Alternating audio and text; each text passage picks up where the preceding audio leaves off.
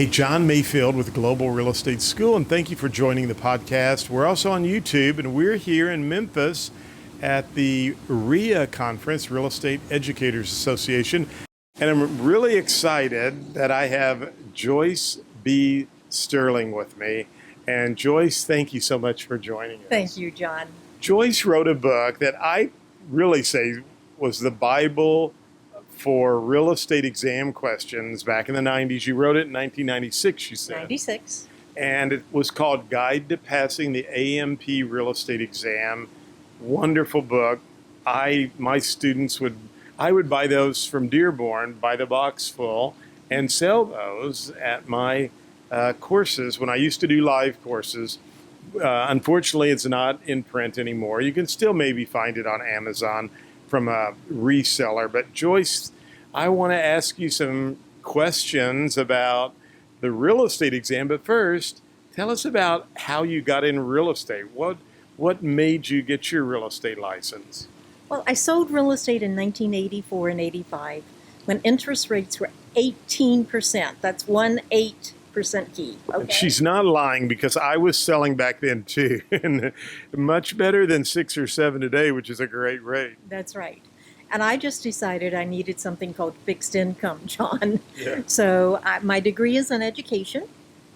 So there was an opportunity to work for a real estate school in Kentucky. Of course, at that time, everything was in the classroom.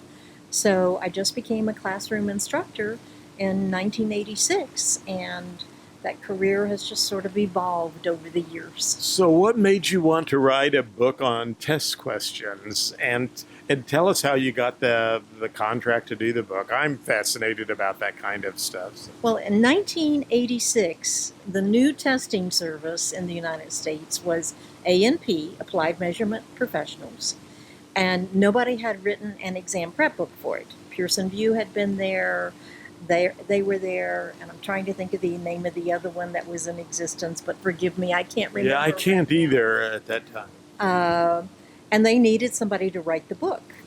So Dearborn just sent out a request for a proposal and to the schools, and somebody gave it to me and said, Joyce, you should write this book. Most of your people passed the first time.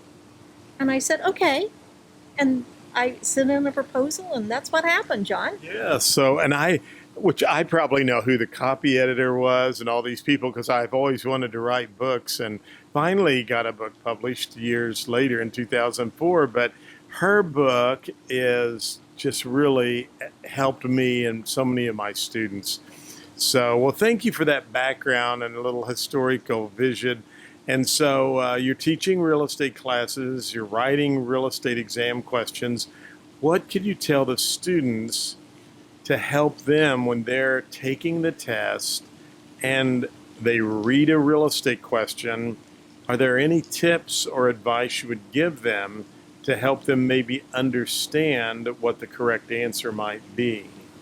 I don't think this advice has changed since years and years and years ago when I learned, John, that our brain thinks in pictures. It does not think in words. And the test is words.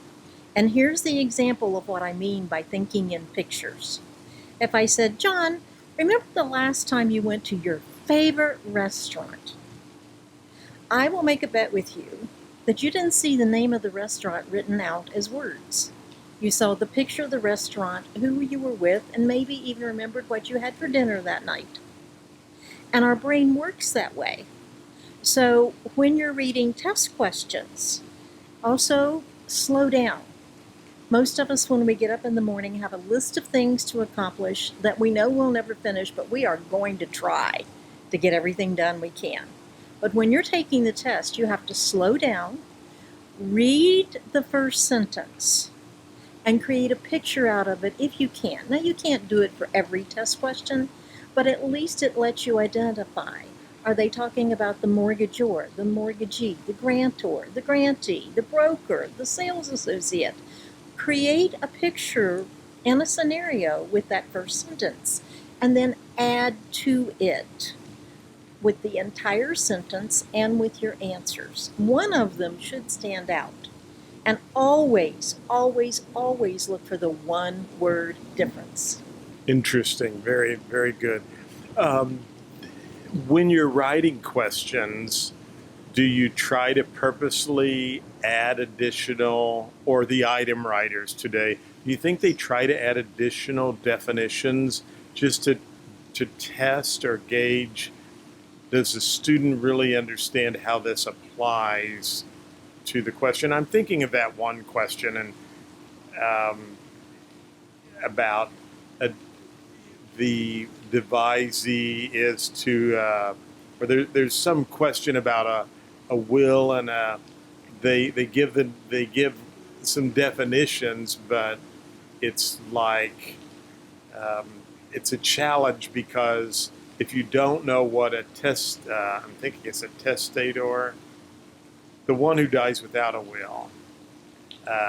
Intestate and testate. Here we go. Thank you. So if you don't know, a person died without a will and without heirs. They don't say all of that, but they kind of give you that one. And if you don't know that definition, you can't answer that question. If you don't know the definitions, you're lost. Yeah.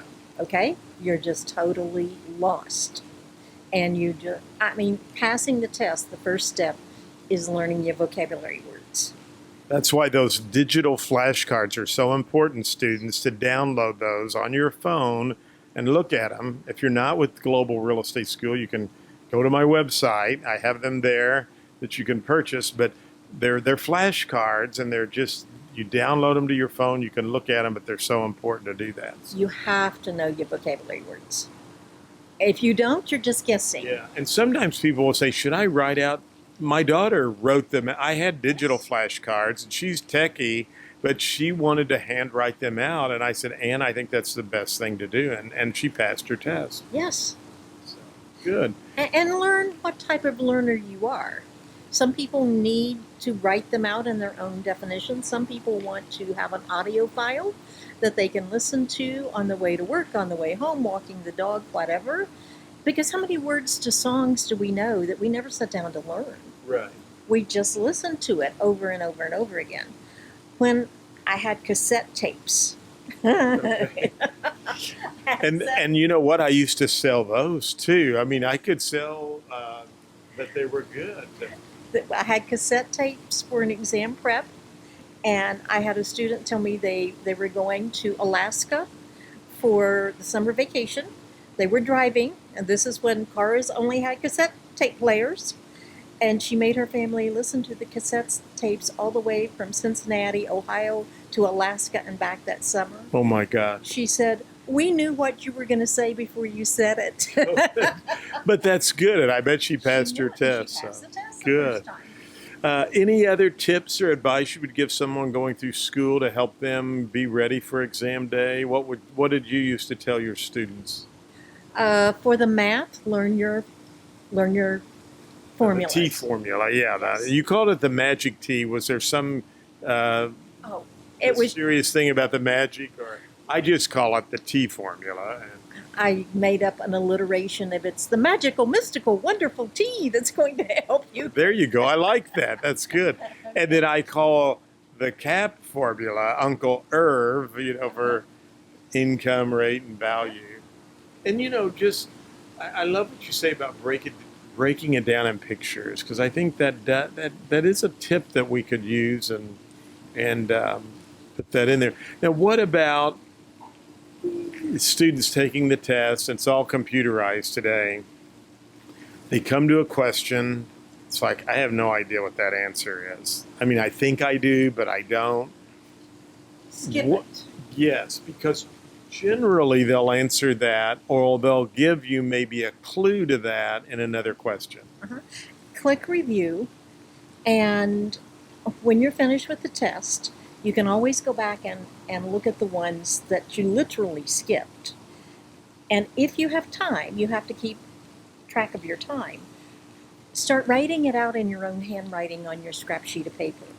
That also helps you identify the one word or term or concept that you're missing when it is in your own handwriting. Yeah. If you have time. That's a good point. Should we change an answer? I tell people only change your answer if, okay? It's like we've all had that experience where we couldn't remember somebody's name. And we were thinking about it and thinking about it, and we couldn't remember their name. And yet, when we forgot about it, and 10 minutes later, we're standing there, and all of a sudden it's like, oh, that's their name. Okay? The only time you change an answer is when you've got that experience of, that's really the right answer. Because normally your first answer is the correct one. Okay, interesting. Now you wrote, she's written thousands of questions, and did you find yourself wanting to make C the answer a lot? I always jokingly say, if all else fails, answer C. Only because when you write the question as an item writer, you're like, I hate for him to take A, although computers scramble all of that up. But for fun, I was just asking you that question. Oh, somebody said there was a research paper years and years ago that I never verified, but the majority of the time the answer was C. Yeah, oh, don't do that. We don't know. We don't know do that. Yeah. But because again, with computers, they can change them. But I would go back and look and make sure that there weren't, C, C, C, C, C. Yeah. Good point. All kinds of B answers in a row. Well, this has been helpful on the exam. However, passing the test is step one. Step two is you need to make a good living. You need to have the life you've always wanted, a career that you want. And that's my goal is, I always tell my students, I want you to pass the test, but more than anything, I want you to be successful. I just saw a report here at the RIA conference of how many people purchase a class each month in the state of North Carolina and how many people actually go take the test out of the year. And it was heartbreaking. And so many of them don't even finish, they get to a certain point in the school. And I understand, I bought guitar learning programs and didn't learn to play the guitar. But I still want to play the guitar. We have to have that point where we really want to have the drive to do something. But what advice would you give the folks watching and listening to help them with their career in real estate? You've helped a lot of agents get their license. What have you noticed that they've done that's really helped them pass it, not only after they pass the test, go on and be successful? The first chapter of the class that they take with me is how to network. That real estate is local, real estate is networking. Here's a Word document. You can make it an Excel spreadsheet if you want to. You can have a content management system if you want one. But start with even a Word document. John, I know successful people in real estate that built their business long before there was technology, and their contact management was a recipe box with index cards. Huge, yes. Okay? And it had every person they knew, their name, their address, their phone number, their birthdays, their anniversaries, and they got cards. I mean, that's years and years and years ago. But the method has changed, but the concept has not. It's still network, it's still who you know locally. So create your database. How are you going to contact them when you pass? And I'll share this story of a student that I had in class. Now, he lived in small town Kentucky, 30,000 people, but he had lived there his entire life. So he knew everybody. And he passed his test, and he's sitting there and he's going, okay, I passed the test, I found a broker, and Joyce is right. Now I have to generate my own business. Yeah, that's right. What am I going to do? And he said, I got my coffee, I sat in my recliner, and I just opened up my iPhone, and I started calling my contacts. Hello, how are you? How are you, John? I haven't talked to you for a long time.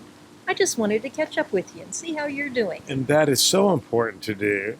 And I get it that sometimes people say, I hate to pick the phone up and call. True story from about 2 years ago. I was looking at a few people to call, and I thought, I don't want to do this. You kind of sometimes think you're going to be bugging someone. I dialed the number, the lady picked up the phone and she said, "Oh, John, I'm so glad you called me." Of course, I introduced myself and she said, "Oh, John, I'm so glad you called me." And she had just put her husband in a nursing home the day before. And she said, "I needed somebody to talk to." And we had the nicest conversation. And I felt so good when I got off the phone. Well, 3 weeks later, she calls me to list her condo because she's like, I can't stay here anymore. And, I'm going to go live with my son. Now, I don't know. Maybe she would have called me, but maybe another agent who was friends with her could have called her. So just picking up the phone and calling, and don't. Oh, go ahead. And the call has to be about them. Exactly. Yes. Not about you. Just, we haven't talked for a while. How are you doing? And that's all I did with her was, "Carol, I was just checking in. How are you doing?"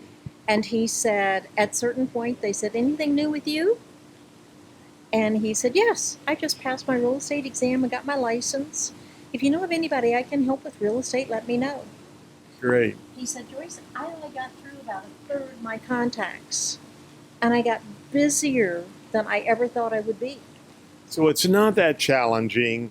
And with all of the new things happening with the National Association of Realtors proposed settlement that is coming down, written buyer agreements being required, Yes, your network is going to be a gold mine if you work that, that's right. because they're going to feel more comfortable giving you a written buyer agreement than someone they don't know. And that's who you know that you're networking with. And also network within the community. Get out and join organizations. Join your realtor organization. Get on a committee. Be a professional. People can tell in a heartbeat how dedicated you are as a professional. Exactly. And I've had students, I said, "You're going to get asked."